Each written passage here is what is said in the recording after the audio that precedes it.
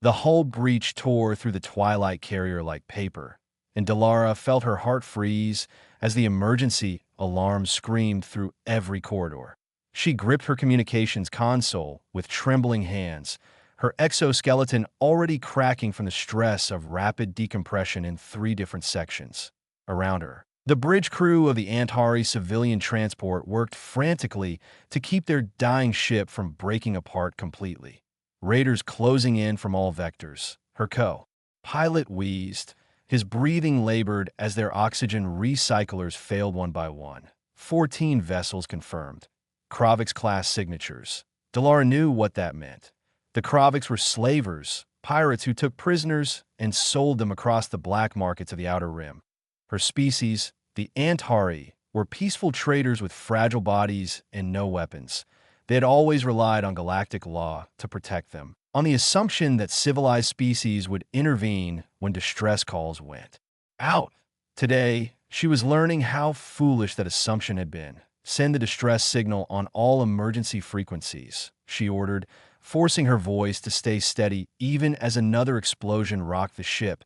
Keep broadcasting until we lose power completely. The Universal Emergency Channel crackled to life, transmitting their coordinates, their species identifier, and one word that needed no translation: help. 4 light years away, in a sector of space the Galactic Council had never bothered to patrol, Admiral Cora stood in the operations center of the UHSF Dreadnought Relentless. The massive warship hummed with barely contained power, its reactors running hot as the crew conducted routine patrol exercises. Cora was reviewing tactical reports when her communications officer suddenly straightened in his seat. "Admiral, we're receiving a distress signal," he announced, fingers flying across his holographic display. "Sources outside our assigned patrol zone, approximately 4 light years from our current position." Cora moved to his station, her boots silent on the deck plating. "What do we know?" Translation Matrix is struggling with the language, but I'm getting coordinates and what appears to be a species identifier, the officer replied. "Wait, there's audio in the background. Sounds like screaming, ma'am." The Admiral's jaw tightened. She had spent 30 years in the United Human Space Forces, had fought in the resource wars back when humanity was still confined to their own solar system. She knew the sound of people dying. How long to reach those coordinates at maximum burn, she asked. Her navigation officer ran the calculations. 40 minutes if we push the FDL drives to redline. Admiral. Vice Admiral Petrov appeared at her shoulder, his weathered face showing concern. "Ma'am, we don't have authorization to leave our patrol sector. Command will want us to request permission before responding." Cora listened to the distress signal again, in the static and garbled alien speech. She heard something that transcended language barriers. Terror, desperation, and the unmistakable sound of children crying. "How long would it take to get authorization from Central Command?" she asked, already knowing the answer. "Minimum 2 hours for the request to reach Earth. Another 2 for response time," Petrov admitted. 4 hours. Whatever was happening at those coordinates would be long over by then. Cora made her decision with the certainty of someone who had learned that hesitation costs lives. "All ships, this is Admiral Cora. Set course for the distress signal. Coordinates and prepare for combat operations. Engage FDL drives on my mark." "Admiral, the regulations clearly state," Petrov began. "Regulations don't scream for help." Vice Admiral Cora cut him off. "We have ships, we have weapons, and someone out there needs us. We can apologize to the bureaucrats later. Right now, we're going to do what humans do best. Answer the call." She turned to her fleet commanders on the holographic display. 6 warships total, each one built in Earth's orbital shipyards with a single purpose: to protect human interests in an increasingly dangerous galaxy. Captain Ray of the cruiser Steadfast spoke first. "Admiral, we don't know what we're flying into. Could be a trap. Could be," Cora agreed. "But I've listened to that transmission 3 times now, and those screams are real. If it's a trap, we'll deal with it. If it's genuine, we might be the only help those people are going to get." During the 40-minute jump, Cora gathered her officers for a quick briefing. Intelligence Officer Sato pulled up what little data they had on the region. "This sector is technically neutral space," he explained. The Galactic Council passes through occasionally, but maintains no permanent presence. It's become a hunting ground for raiders and pirates who prey on civilian traffic. What do we know about the species that sent the signal? Cora asked. Almost nothing, Admiral. The translation matrix identifies them as Antauri, but we have no cultural data, no tactical information, not even basic biology. Then we go in assuming they're in immediate danger and work from there, Cora decided. All ships will drop out of FTL in combat formation. Weapons hot, shields maximum. If hostiles are present, we engage immediately. The Relentless shuddered as it dropped back into normal space, and Cora's tactical display immediately lit up. With contacts, one large civilian vessel, clearly disabled and venting atmosphere. 14 smaller ships, surrounding it like sharks, circling wounded prey. The raiders were using tractor beams to tear open cargo sections, while weapons fire kept any remaining defensive system suppressed. Cora watched as bodies drifted past her viewport, small alien forms frozen in death. The lead raider vessel detected the human fleet and transmitted a message. The translation came through rough and arrogant. Small fleet, turn away. This prize is claimed. Leave or join the debris. Cora's response was immediate and devastating. She nodded once to her weapons officer, and a single railgun round launched from the Relentless. The tungsten projectile crossed the distance in seconds, punching through the raider captain's ship from bow to stern. The vessel went dark instantly, tumbling away as its systems failed catastrophically. For exactly 3 seconds, the battlefield went silent. Then all 13 remaining raider ships opened fire at once. Plasma weapons and missiles converging on the human fleet from multiple angles. Cora allowed herself a cold smile as she gripped her command chair. Now, they're committed. All ships, weapons free. Show these pirates why you don't prey on the weak when humans are watching. The Relentless surged forward, not away from the incoming fire, but directly into it, and the real battle began. Plasma fire washed over the destroyer Havoc's hull like liquid fire, scorching armor plating that had been specifically designed to absorb and dissipate extreme heat. Captain Rains watched his damage display flicker with warnings, but saw nothing critical. His ship had been built in orbital foundries above Earth, constructed with one philosophy in mind. Take the hit, keep fighting, never stop. Point defense systems engaging. His tactical officer reported as dozens of raider missiles streaked toward them, deploying countermeasures. The space around Havoc suddenly filled with thousands of micromunitions, each one programmed to intercept incoming threats. The missiles died in spectacular explosions that briefly illuminated the void, but the destroyer never slowed its forward charge. Rains had been a naval officer before humanity reached the stars, had commanded surface vessels on Earth's oceans during the water conflicts. He understood something that these raiders clearly didn't. In close combat, the ship willing to take damage usually won. All batteries, target that corvette at bearing 270, he ordered, fire when ready. The Havoc's railgun spoke in sequence, magnetic accelerators launching tungsten rounds at velocities that made them nearly unstoppable. The raider corvette tried to evade, its engines flaring desperately, but it was far too slow. 3 rounds struck in quick succession, and the small warship simply came apart, structural integrity failing as kinetic energy tore through its frame. Aboard the dying Twilight carrier, Delara watched her tactical display with mounting disbelief. The unknown ships that had appeared were fighting in a way she had never witnessed. Every species in the galaxy fought at range, using missiles and energy weapons to destroy enemies from safe distances. Ship-to-ship combat was supposed to be about preserving your own vessels while whittling down the enemy. These newcomers had apparently never received that memo. She watched as a massive dreadnought took concentrated fire from 4 raider vessels simultaneously. Plasma beams that should have vaporized any ship instead splashed against armor so thick it seemed absurd. The dreadnought's hull glowed white-hot in places, ablative plating burning away, but it continued advancing as if the damage was merely an inconvenience. What kind of species builds ships like that? Her co-pilot whispered in awe. Delara had no answer.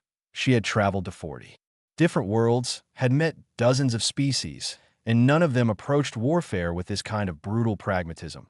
The raiders were learning the same lesson in real time.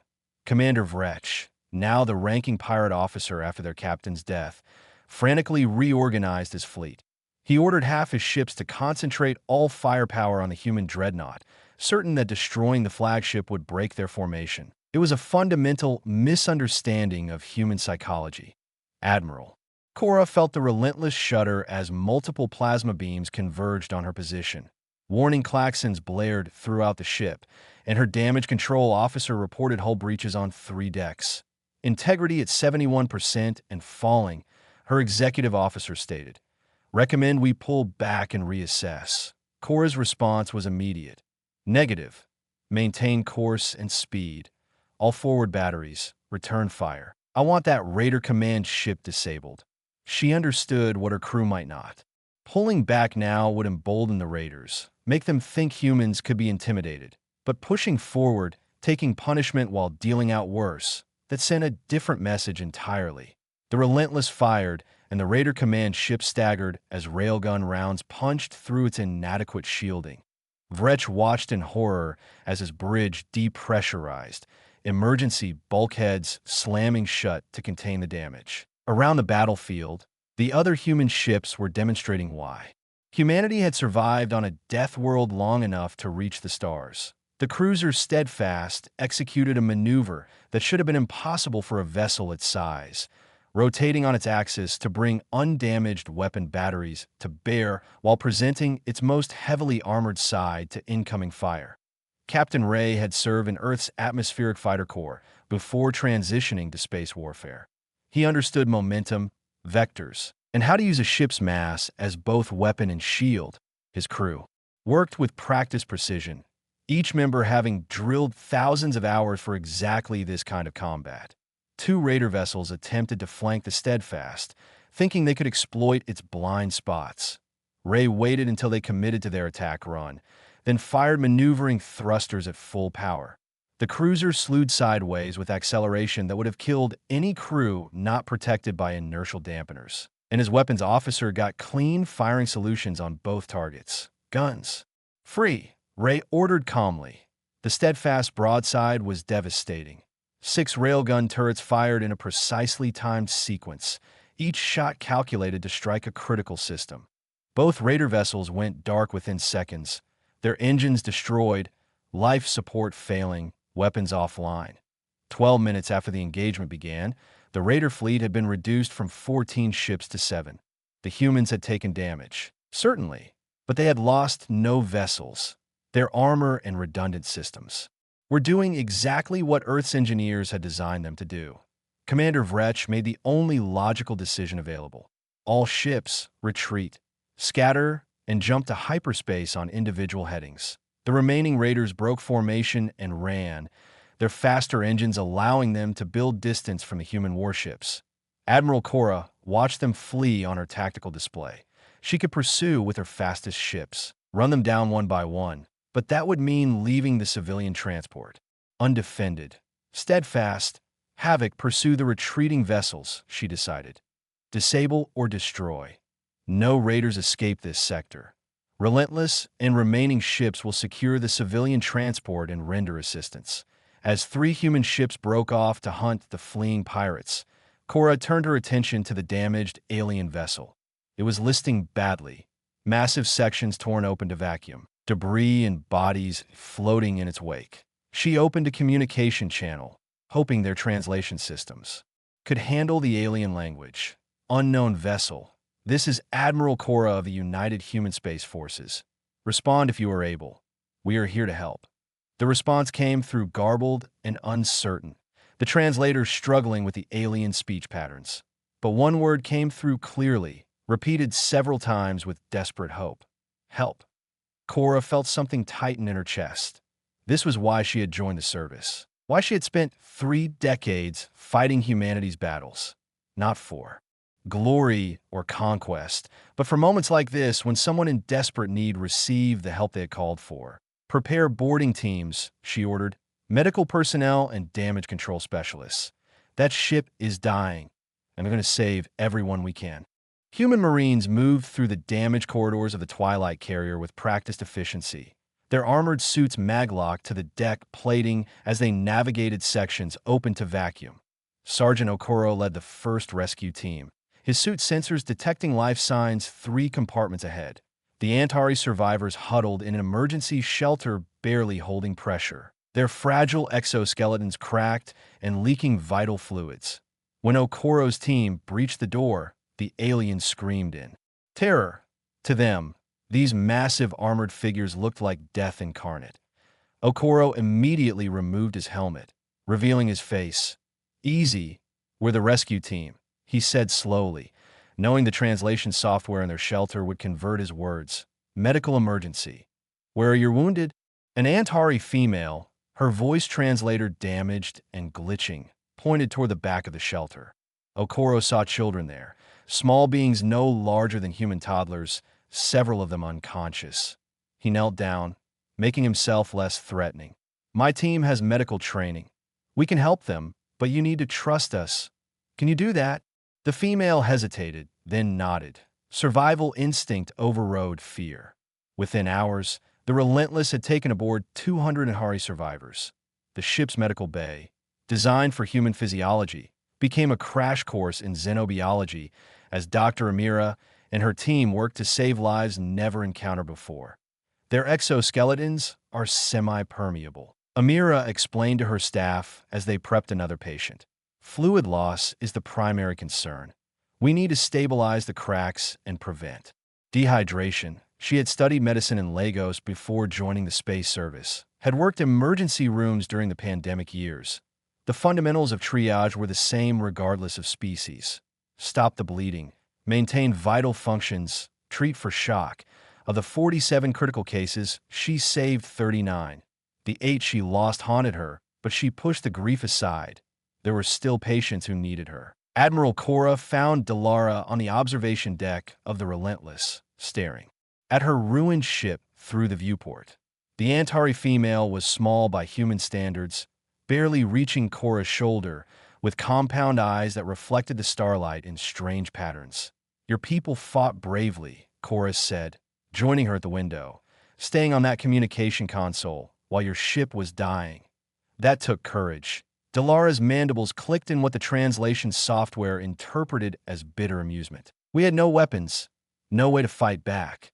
Broadcasting for help was the only option available." "Sometimes that's the most important option," Cora replied. "You called, someone answered, but you came from so far away," Delara observed. "The Galactic Council has patrol routes through this sector. They should have responded. Why didn't they?" Cora had been asking herself the same question. "I don't know enough about galactic politics to answer that, but I do know that waiting for someone else to help usually means watching people die." News of the engagement spread through quantum communications faster than the human fleet could return to their patrol zone. On the massive space station Concord, headquarters of the Galactic Council, representatives from 47 species convened in emergency session. Counselor Thryan of the Antari stood before the assembly, her compound eyes bright with emotion. "The humans saved my people when no one else would. When the Kravix raiders attacked, where was the Council's response fleet?" High Counselor Vasca, a crystalline being whose species had helped found a council millennia ago, spoke with careful deliberation. "The sector where the attack occurred is outside our jurisdiction. We cannot patrol every corner of known space." "Then perhaps the humans should," Thryan shot back. They were 4 light years from the attack site and still arrived in time to save 200 lives. Where were the ships that actually patrol this sector? The chamber fell silent. It was an uncomfortable truth that the Galactic Council's reach exceeded its grasp. They passed laws, issued condemnations, maintained diplomatic relations, but their actual enforcement capabilities were minimal. Counselor Breen of the Lavari Collective raised a tentacle in objection. "We must consider what this means. The humans have demonstrated military capabilities far exceeding what they reported during first contact. Their ships are built solely for warfare, with armor and weapons beyond any civilian vessel. They are a warrior species," another counselor added nervously, "from a death world classified as Category 8. Perhaps we should be concerned about their intentions." Vasca considered the footage again, watching human ships charge directly into enemy fire with seemingly reckless abandon. Or perhaps, he said thoughtfully, we should be grateful they chose to help rather than conquer. 3 days later, Admiral Cora received orders from Earth. Central Command. The message was brief and to the point. Establish a forward operating base in Sector 7. Assume responsibility for local security operations. Additional fleet elements en route. Vice Admiral Petrov read the orders over her shoulder. They're making it official. We're not just responding to emergencies anymore. We're staying good, Cora said firmly. Delara showed me the statistics. 47 major pirate attacks in this sector over the past 2 years. The raiders know. Council ships won't pursue them here, so they treat it like a hunting preserve. And now they have us to deal with, Petrov finished. When Cora informed Delara that the human fleet would be establishing a permanent presence, the Anthony's relief was palpable. My people have been petitioning the Council for increased patrols for 5 years. They gave us sympathy and empty promises. You gave us action. We don't abandon people who need protection, Cora replied. It's not in our nature. Word of. Humanity's decision spread rapidly. Within days, Cora began receiving communications from species across the sector. Merchant convoys requested escorts. Colony worlds asked for security consultations. Even governments that had never contacted Earth before suddenly wanted to establish diplomatic relations. Intelligence Officer Sato compiled the requests into a report. Admiral, we have 73 formal petitions for assistance. Everything from patrol requests to training programs. Cora studied the list, feeling the weight of responsibility settling on her shoulders. We came here to answer one distress call, she said quietly. Now we're responsible for an entire sector. Perhaps that was always inevitable, Petrov suggested. Someone had to take responsibility. It might as well be us. On Concord Station, the Galactic Council continued debating humanity's role. Some species welcomed the protection. Others worried about a militaristic newcomer establishing territorial control. But beneath all the political posturing was an undeniable truth. The humans had done in days what the Council had failed to do in years. High Counselor Vasco watched the debate with ancient eyes. The galaxy is changing, he observed to his aide. For 10,000 years, we have maintained peace through diplomacy and mutual agreement. But perhaps we have forgotten that peace must sometimes be defended with strength. Are you saying the humans are right? His aide asked. I am saying, Vasca replied, that when someone is drowning, philosophy cannot save them. They need someone willing to jump into the water. The humans jumped. 6 weeks after the Twilight Carrier incident, Station Guardian hung in orbit around a barren moon like a monument to humanity's commitment. The forward operating base had grown from a temporary outpost to a thriving hub where 23 human warships now docked between patrols. Admiral Patterson stood in the station's command center, reviewing deployment schedules with his senior staff. He had arrived 2 weeks ago aboard the carrier Defiant, sent by Earth to handle the diplomatic complexities while Admiral Cora managed tactical operations. We're stretched thin, Captain Ray reported. His image transmitted from the Steadfast currently escorting a merchant convoy. 3 patrol routes, 6 escort missions, and we just received another request for security consultation from the Vorton mining colonies. Patterson understood the problem. Humanity had essentially promised to protect an entire sector, but their fleet was designed for rapid response, not sustained peacekeeping. We need allies, he said, voicing the thought that had been growing in his mind. Local forces who can share the burden. Most species in this sector don't maintain military vessels, Cora pointed out. The Antari have civilian ships. The Lavari are strict pacifists. The Vorton focus on resource extraction. Then we teach them, Patterson decided, offer training programs, tactical consultation, help them build defensive capabilities. We can't be everywhere, but we can help them defend themselves. The proposal reached the Galactic Council within days, and the response was predictably mixed. Counselor Breen objected immediately. The humans want to militarize peaceful species. This is exactly the kind of aggressive expansion we feared. They're offering assistance, not conquest, Thryan countered. My people have already accepted their training programs. Human tactics officers are teaching Antari crews basic defensive maneuvers. Delara was among those students now. commanding a retrofitted civilian transport equipped with minimal weapons. She stood on the bridge, simulator aboard Station Guardian, running combat scenarios under Captain Ray's supervision. "Your ship is fragile," Ray told her bluntly after she failed another exercise. "You cannot trade blows with raiders. Your only advantages are speed and unpredictability." Delara reset the simulation, frustration evident in the clicking of her mandibles. "How do we fight enemies with better weapons and stronger hulls?" "By not fighting their kind of battle," Ray explained. "Watch." He ran the scenario again, this time controlling the Antari vessel himself. Instead of engaging the simulated raiders head-on, he used the ship's superior maneuverability to stay at extreme range, firing hit-and-run attacks that kept the enemy off balance. "You're not trying to destroy them," Ray explained. "You're buying time until reinforcements arrive. Stay alive. Keep moving. Make them waste ammunition chasing you." Delara watched carefully, her tactical mind absorbing the lesson.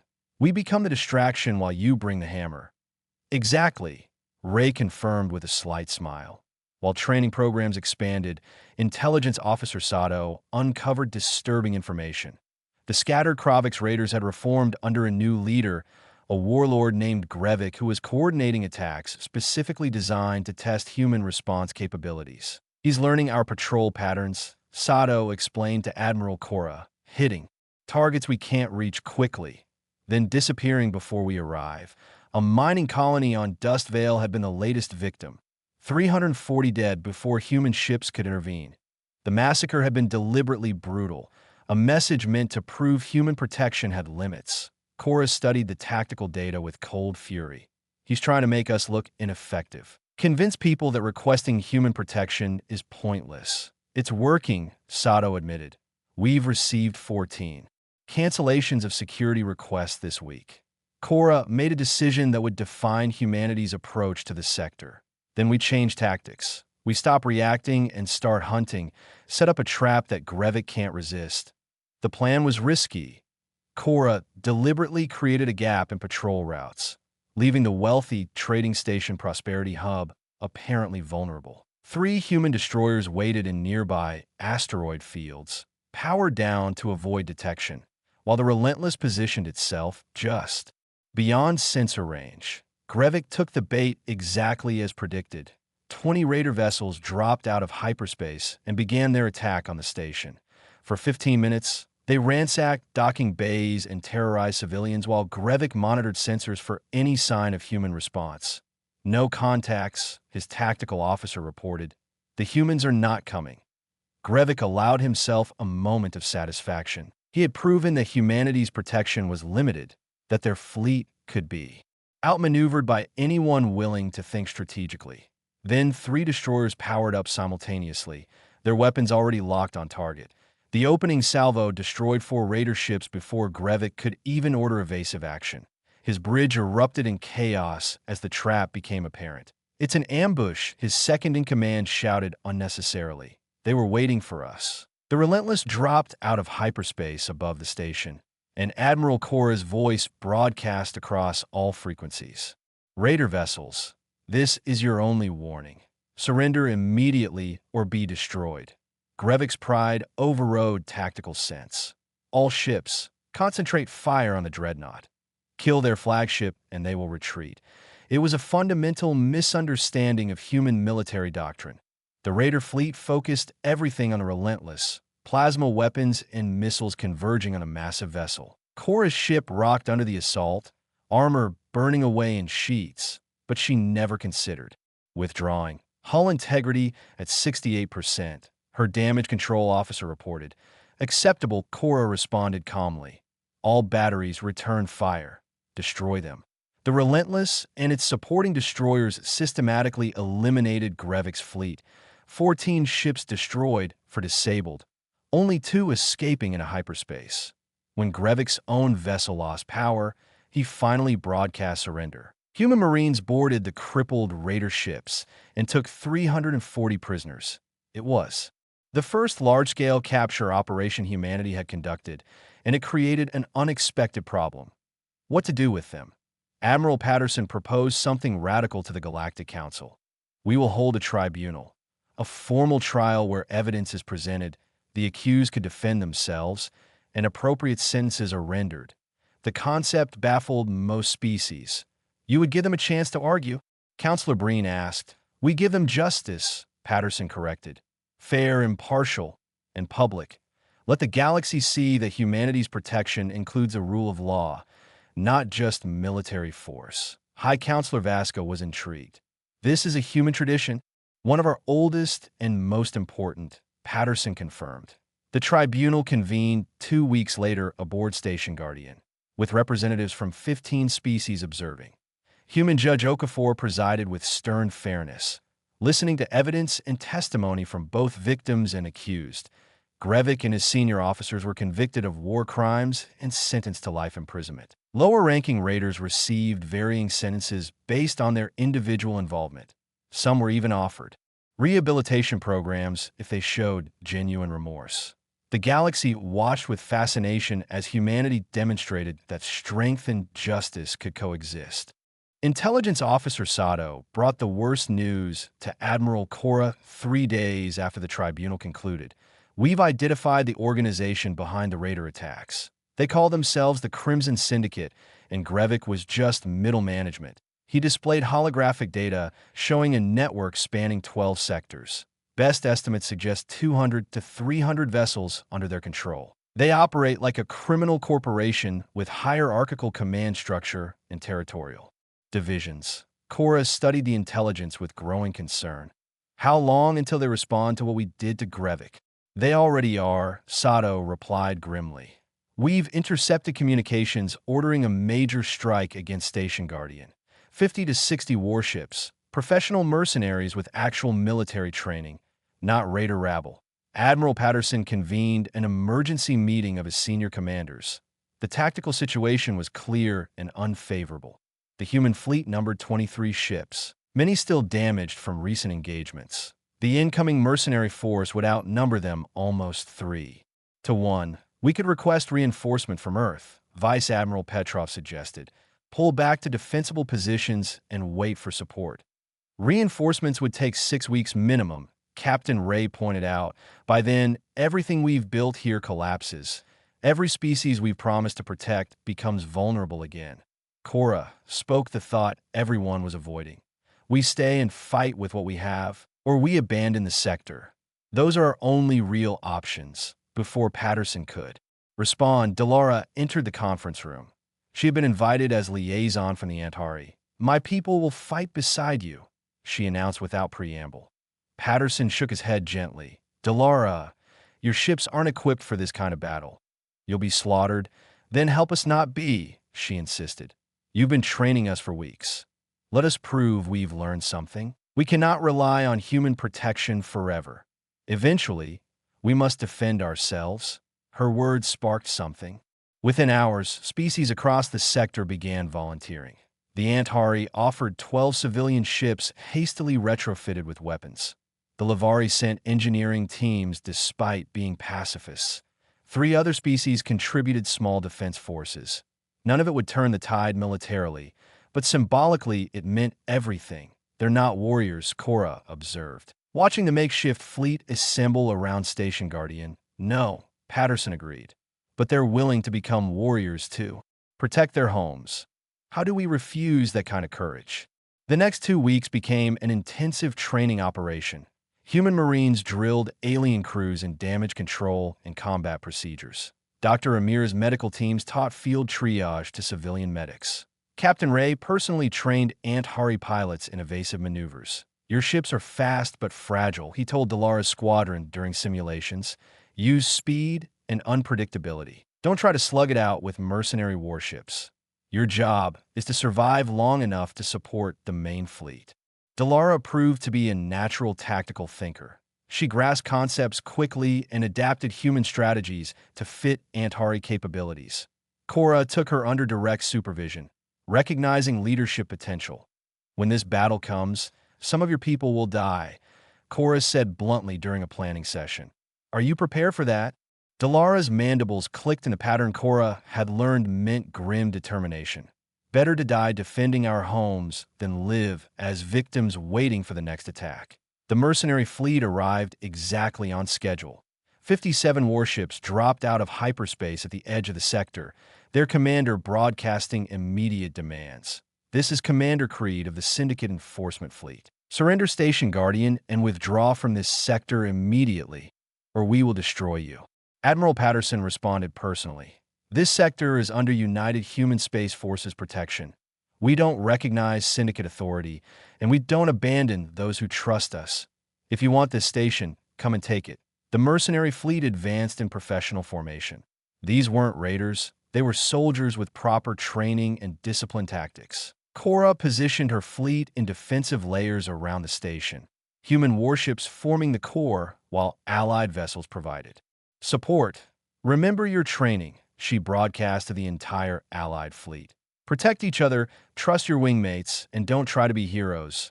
We survive together or not at all. The battle began with long-range missile exchanges. Point defense systems on both sides lit up space with interceptor fire. The mercenaries tested human defenses methodically, probing for weaknesses. Then they committed to a full assault. The Relentless took concentrated fire from multiple directions. Cora's ship had survived the earlier battle with Grevik, but was still not fully repaired. Now it faced an even more intense assault. Hull plating that had been patched began failing again. Emergency force fields struggling to contain new breaches. Integrity at 72% and falling. Her damage control officer reported. Hold position, Cora ordered. We don't give them an inch. The real surprise came from the Allied forces. Dalara's Antari squadron executed a flanking maneuver that would have been impossible for heavier vessels. They darted between mercenary ships like fish through coral, their weapons inflicting minimal damage but drawing fire away from more vulnerable targets. 3 mercenary vessels broke formation to pursue the Antari. It was exactly what Dalara had planned. She led them into a kill zone where 2 human destroyers waited. The mercenaries realized their mistake too late. Across the battlefield, the Allied fleet began functioning as a unified force. Humans provided heavy firepower and absorbed punishment. Antari ships provided speed and distraction. Lavari engineers kept damaged vessels operational with creative repairs under fire. Commander Creed watched his tactical display with growing frustration. This should have been a straightforward victory, overwhelming force against a smaller fleet. Instead, he found himself in a grinding battle against an enemy that refused to break. He made a critical error. He committed his reserves, all ships, attempting to overwhelm through pure numbers. Admiral Cora saw it immediately. They've committed everything. No escape plan, no tactical flexibility. All ships, formation Delta, execute now. The human warships suddenly collapsed inward, creating a concentrated kill zone. Coordinated fire tore into the mercenary fleet's center where their formation was densest. Ships that had thought they were winning suddenly found themselves trapped in overlapping fields of fire. Creed's flagship took a railgun round through its reactor section. Main power failed, and his bridge went dark. The mercenary fleet broke. Some ships attempted to surrender. Others tried to flee. The battle that was supposed to demonstrate Syndicate power instead became a demonstration of what coordinated defense could achieve. When the fighting ended, the cost was clear. 3 human ships destroyed, 7 heavily damaged, 340 casualties. Allied losses included 4 ships and 120 dead, but Station Guardian still stood, and the mercenary fleet had been shattered. 6 months later, Station Guardian had evolved into something unprecedented. A joint military academy trained mixed crews from 20 different species. Dalara commanded the first integrated warship, human and Antari personnel serving side by side. Admiral Cora stood on the observation deck, watching patrol ships depart. "Did you ever think it would turn out like this?" Dr. Amira asked, joining her. "No," Cora admitted. "I just wanted to answer a distress call." "You did more than that," Amira said. "You gave the galaxy something it desperately needed. Hope, and the knowledge that someone will always answer the call." Somewhere in deep space, a small colony ship broadcast a distress signal. 3 vessels immediately launched from Station Guardian. 1 human destroyer, 1 Antari cruiser, 1 Lavari medical frigate. Captain Dalara's voice echoed across the emergency frequencies. This is the Guardian Response Fleet. We have received your distress call. Help is coming. Hold on. You are not alone anymore.